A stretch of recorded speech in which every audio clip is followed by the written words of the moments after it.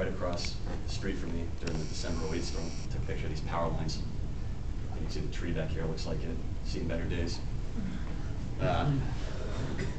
So basically, what are we going to look for? Let me just put all these on, and then I can go through them since I don't have a clicker. Okay. These are the general mesoscale aspects of icing events that I'm going to go over.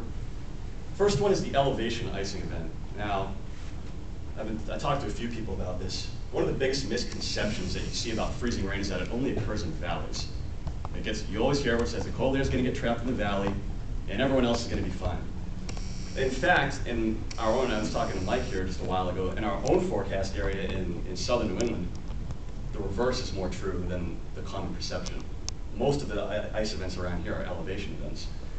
And I'll go over the reasons of why that is, because in short, I'll show you the sounding here in a few minutes. In short, what you have is, we all know there's an elevated warm layer, so that as you go up, the temperature is going to warm, but it doesn't do that right away.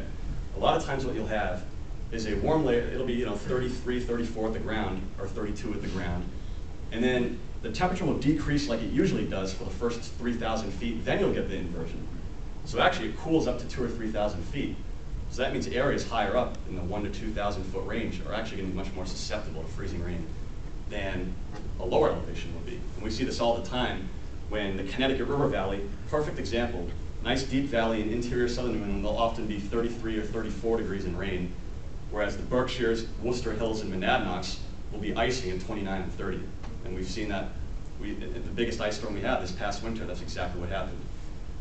So it's certainly not, it's not true a lot of the times when you hear people say, oh, it's only in valleys that it gets trapped. That's true, it does tend to get trapped a little bit in valleys during certain setups, but a lot of the setups are not like that at all. So that's one thing that you should be aware of when you're forecasting ice or looking for freezing rain. Look at the sounding and see how deep that cold air, or see how steep that lapse rate is before you get to the inversion. And I'll explain that with the sounding here in a second. Dew point depression analysis, this was another big one that occurred back in the 08 storm. What happens in icing events, you get what's called latent heat as the water freezes. Now, something needs to offset that latent heat, or your freezing rain is only going to last a few hours. You'll start off freezing rain, everyone's seen it, 30 degrees, 29 degrees freezing rain, then it gets up to 31, creeping up, 32, then you'll see it just stop dead at 33 and rain for hours. That's because it's a feedback mechanism. The latent heat is warming up the atmosphere until it's no longer freezing rain anymore. But once the freezing rain stops, then the latent heat release stops. So you get the death odds of 33 and rain. And without anything to replace that, that's what's going to happen every time. And that's where this comes in. Dew point depression analysis, if you have a steady flow of lower dew points, that offsets the latent heat, and that's what causes long duration icing events, the very dangerous ones. Ageostrophic flow. Ageostrophic flow just means that the air is flowing at a different direction than ageostrophic flow, which means different direction than isobars. Like, you see a low pressure with all these isobars around it. Generally, the air is going to follow the isobars pretty closely. Well, in a lot of these icing events, it doesn't. The air flows across the isobars, and that's what's called the ageostrophic flow. And that's when you get cold air damming and low-level cold just bleeding down. That's very important for big-time icing events. Next is precipitation intensity. Typically, heavier icing occurs when the precipitation is not falling extremely heavy. Oh, that wasn't the case in the December 2008 storm, and we'll go into the reasons why. But generally, you want precipitation to be lighter to get a better accretion of ice, because if it's falling too heavy, you get too much latent heat releases going on right around the surface, and it tends to just kind of run off the surface. Doesn't really freeze. It doesn't melt the surface, but it doesn't really freeze it either. It doesn't freeze very well, so you'll get a lot of runoff. Terrain factors. This was another big one, and it's a big one in a lot of ice events. Mesoscale 101. You've got upslope on the east side, and on the west side, higher terrain down to the valleys. It's downslope, and that affects both the moisture in the air and the temperature. Temperature in downslope rises and the air dries out, whereas it cools and moistens during upslope. And finally, as promised, 2 case studies. And the first one will be the Washington, D.C. suburbs one in January 2009, January 7th, 2009. I don't know how many of you remember this from the D.C. area, but it actually didn't hit D.C. itself, it hit the suburbs only. and it was only on the hilly parts of the suburbs that had ice. So icing occurred late January 6th into early morning January 7th. I believe Dulles Airport did report ice for about 3 or 4 hours that night, but it was right at 32, so I don't know if they got much accretion at all, because they're about 350 feet, I want to say, Dulles. That's about right. Some I of lived just south of Dulles. I don't remember any ice at all. Yeah, so they're about 350 feet, and most of the ice in this occurred above 400 to 450 feet. So even though they did report freezing rain for a few hours, it didn't really do anything. It was basically cold rain. But actually, there's a picture of Ox Hill at the end of Fairfax, Virginia. Ox Hill, that's 400. I remember this event. 550 feet or 500 feet or something. Fairfax. Yeah, and they had a glaze all over the trees.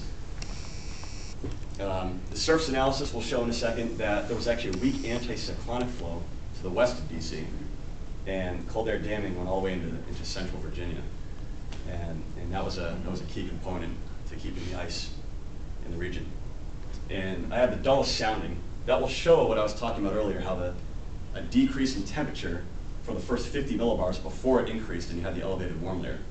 So areas higher up got cooler for a while until it warmed up again, even higher than that. So up to about 950, somewhere around there, up to about 950 millibars, the temperature was getting colder. So of course the elevated areas were going to be more susceptible to freezing rain than the lower areas. Okay, there's another one that you might have trouble seeing if you're way back here, but this is the surface wind field on January 7th. This was freezy, so this is late at night, so this is 10 or 11 p. Let's see, in the winter. In the winter it's 10 p.m. So this is 10 p.m., and what you see here, there's a low pressure right off the coast here. So you can see the northerly flow, and then wrapping around, going back to the northwest here. But up here, you almost see winds are kind of coming in like this. They're almost coming in anticyclonic. So that's sort of it's almost that's a cold air damming signature, kind of a meso-high, kind of extending back down like this. So you see the anticyclonic flow here to the west of DC. And that was important in a couple of aspects. One, it helped the cold air to drain down, and it's probably importing some lower dew points, a little bit of cold air convection. And then two, this is a good direction, these winds coming out of the east, that's a good direction to upslope into some of the hillier terrain to the west of DC. So even though the upslope component, we're not talking mountainous here, sometimes it only takes a few tenths of a degree to make a humongous difference. So if the areas, if the upslope was contributing a couple tenths of a degree, and the difference was 32 to 31.7 or something, that can actually make a big difference.